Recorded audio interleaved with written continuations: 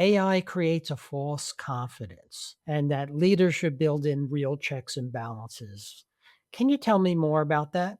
Recently, there's really two types of problems and confidence that it gave us, right? Like the first one is the one that I just shared, where we essentially, or I allowed a prototype to end up in the hands of customers in production.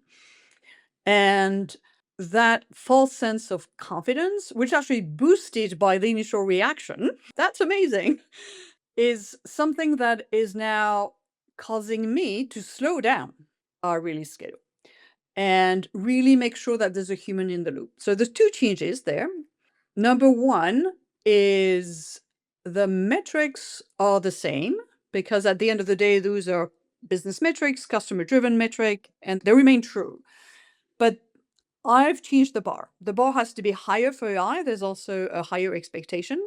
And the second change for that level of confidence is we really need as businesses, right? And I, as a product leader, to add a lot more discipline around guardrail, testing, simulation, and the ability to react when something happens so that the impact to the customer and their business is kept very small. And that is costing time, right? It's costing engineering resources to work on this, to implement, and it is costing velocity for releases. However, it actually is turning out to be faster. And I have an example. We did it for our Tria products team.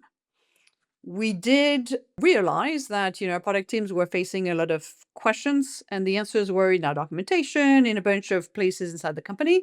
So we built an agent to help them. Learning from my prior lessons, we're not going to put that agent in production. First, it's just going to run alongside you. And then we're going to compare how good it does, how well it does compared to you.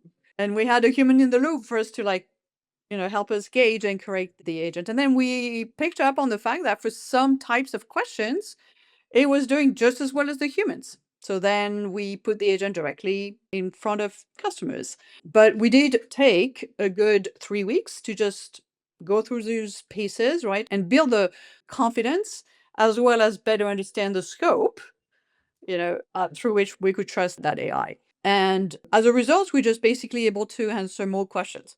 So, but at least it worked. So that's definitely number one, the biggest change. And so it's actually slowing things down, but it's having a greater impact on the other end of that additional gate.